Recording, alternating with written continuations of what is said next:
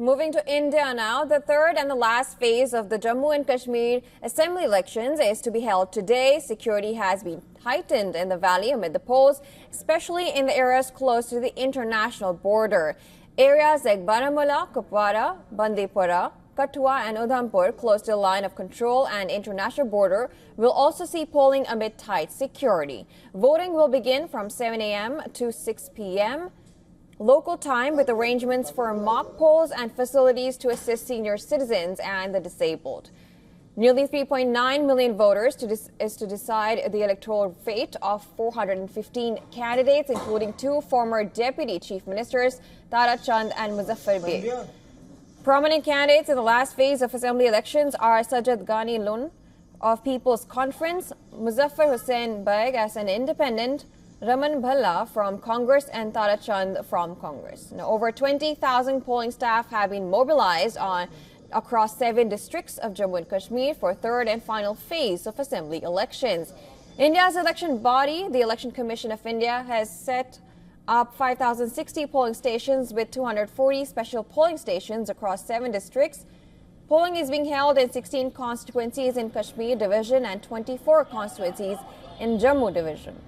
Among these special initiatives like pink polling stations, which are managed by women, polling stations for youth, and the specially abled 45 green polling stations has been set up to create environmental awareness.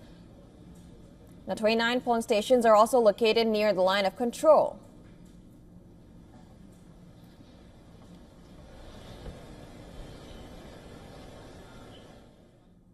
All right, for more on this, our special correspondent Idris Loan is joining us right now. Thank you so much for joining us. Tell us where you are and what does it look like? Well, Jyotsna, we are right now in Bandipora district, and as you can see, the polling has just started and we can see long queues of people already at the polling booth. Not only men, but women have also started coming out in good numbers, and we're expecting that the north of Kashmir, the Baramulla, Bandipora, Kupwara, will vote in good numbers, because in the parliament elections also we saw huge participation of people coming out and casting their vote.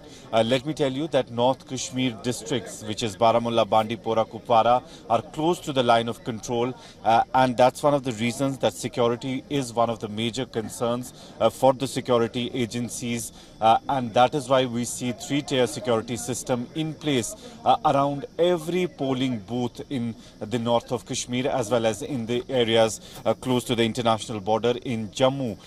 Right now, 7 o'clock, we are seeing a huge queues of people already out, and they want to cast their vote.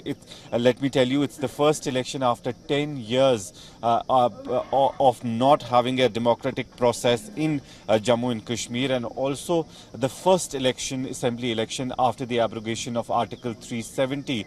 So people coming out in huge numbers. We're seeing a lot of participation. Today there will be around 3.9 million voters deciding the fate of around 415 candidates, in which there are some prominent faces, which include Sajjad Ghani Lon and 2 former deputy chief ministers of Jammu and Kashmir, as well as few Congress leaders. So it's going to be a tough deal, because in North Kashmir there are multiple parties now that are in the fray. Earlier it was PDP and National Conference, but now with Engineer Rashid's Awami Ittihad party, it's going to be a tough challenge for the already established regional political parties like the National Conference as well as the PDP.